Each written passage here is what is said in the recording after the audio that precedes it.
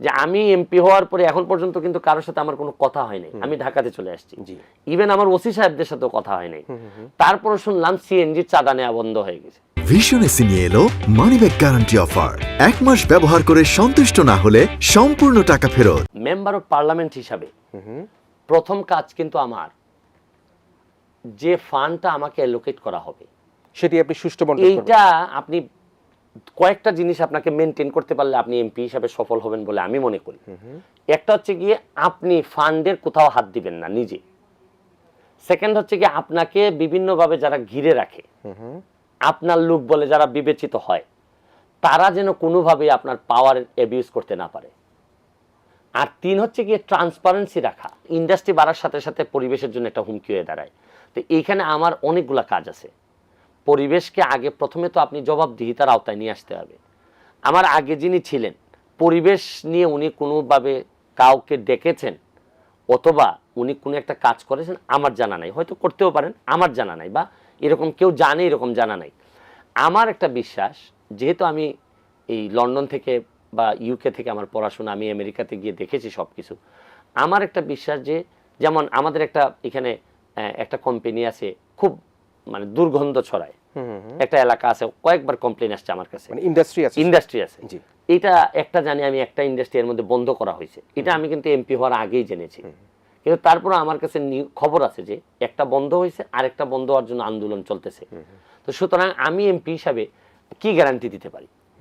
প্রথম গ্যারান্টি দিতে পারি যে আমাকে কেনা যাবে না, ম্যানেজ করা যাবে না। আমি কিন্তু তার মানে এই না যে আমি কাউকে বলবো যে তোমার কোম্পানি বন্ধ করো, আমি কারো ব্যবসাতে ক্ষতি করতে চাই না, কিন্তু আমি একটা কাউন্টার ব্যালেন্স তৈরি করতে চাই যে আপনি পরিবেশ ক্ষতি করবেন না, আপনাকে কেউ ডিস্টার্ব করবে না।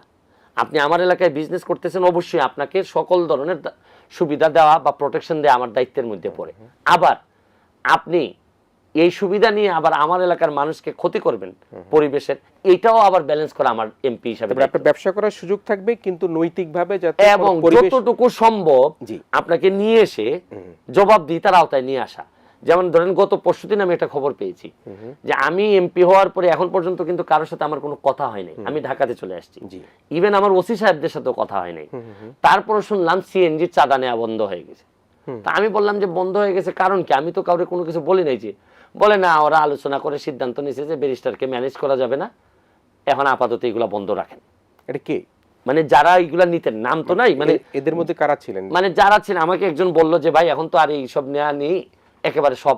মানে বিষয়টা আমি তখন খেয়াল করলাম যে এমপি সাহেব যদি নৈতিকভাবে একটা ওভারঅল পারসেপশন মানুষের থাকে যে এমপি সাহেবকে ম্যানেজ করা যাবে না, তাইলে হয় কি আপনার আর তার সাথে আলোচনা করা লাগে না। আপনার যে ক্যারেক্টার মানুষদের সামনে আছে, তো এইটা যদি ওভারঅল আপনি একটা ক্যারেক্টার সেট করতে পারেন। আপনি বলছিলেন যে সিএনজির বিষয়টা বন্ধ হয়েছে, আপনাকে ম্যানেজ করা যাবে না, কিন্তু আপনিই তো এমন শক্তিশালী নয় যে আপনাকেই শুধু ম্যানেজ করতে হবে। না, বিষয়টা আছে কি এমপি এমন একটা জায়গায় থাকেন, হয় এমপি ম্যানেজ হইতে হয়, নাহলে এমপির মানুষকে ম্যানেজ করতে হয়। তাহলে আপনার মানুষ ম্যানেজ হয়ে গেল? আমার মানুষ ম্যানেজ, এরা জানে যে আমি তৃণমূল থেকে উঠে আসছি। তো এক সেকেন্ড হচ্ছে আমি হঠাৎ করে কিন্তু এলাকায় যাইনি, আমি হঠাৎ করে নমিনেশন পেয়ে।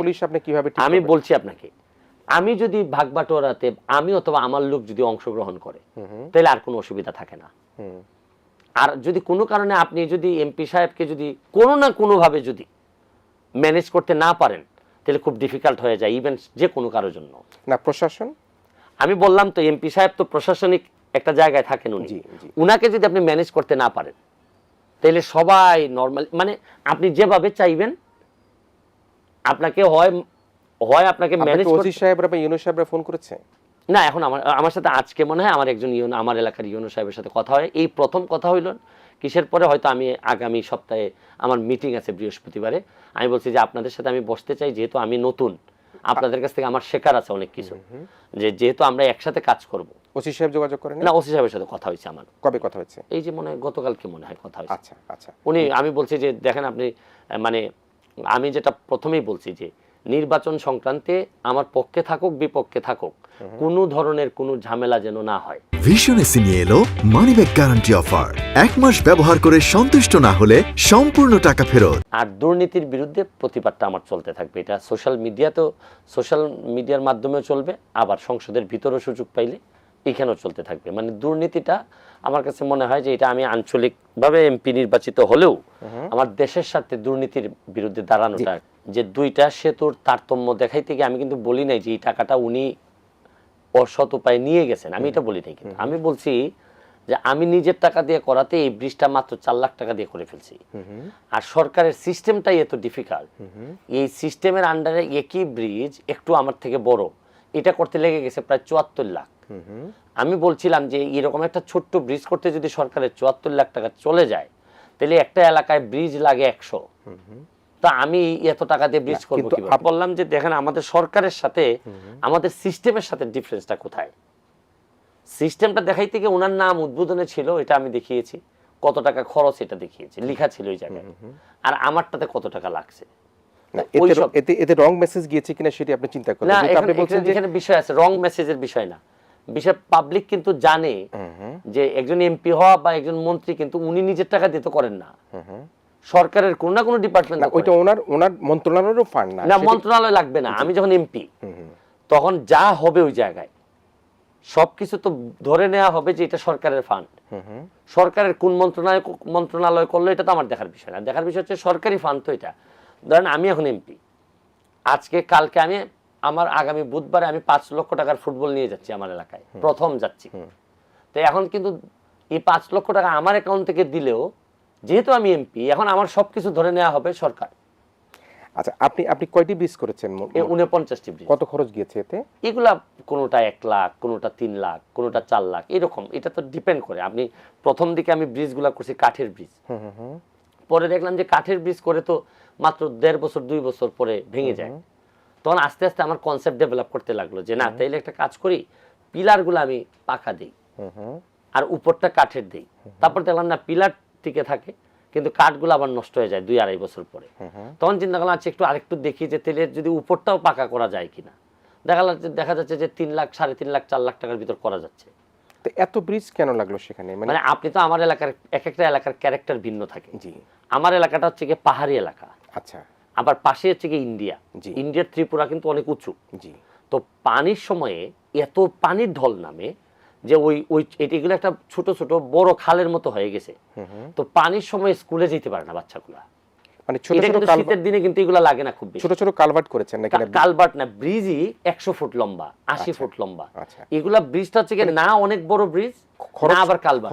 খরচের পরিমাণটা কি বলবার সুযোগ আছে? কত খরচ গিয়েছে? এগুলা ডিপেন্ড করে। মানে আমি তো ধরেন শুধু তো ব্রিজ করছি যে তা না, আমি কিন্তু একটা জিনিস পরিষ্কার, যা আমি এই 10 বছরে ইনকাম করছি, আমি এমনও আছে যে ক্লায়েন্টকে বলছি যে আমি একটা জামিন করাই দিব, আপনি আমার ওই ব্রিজে কিছু কি দিয়ে দিবেন, সদকা দিবেন। না ওই যে ব্রিজে আপনি আমার টাকাটা যে 50,000 টাকা আপনি আমারে দিবেন জামিনের জন্য, অনেক সময় এই টাকাটা আপনি রডের দোকানে দিয়ে দিবেন। আচ্ছা, কারণ আমার তো রড থেকে বাকি আনা লাগতেছে অনেক সময়, যে আচ্ছা দিয়ে দিন, আমি টাকাটা দিয়ে দিব। তো বিষয়টা এগুলা কোনোটাই আমার কোনো এমপি বেস ছিল না। আমার মনে হচ্ছিল যে ব্যারিস্টার হিসাবে হয়তো আমি জীবন কাটাই দিব।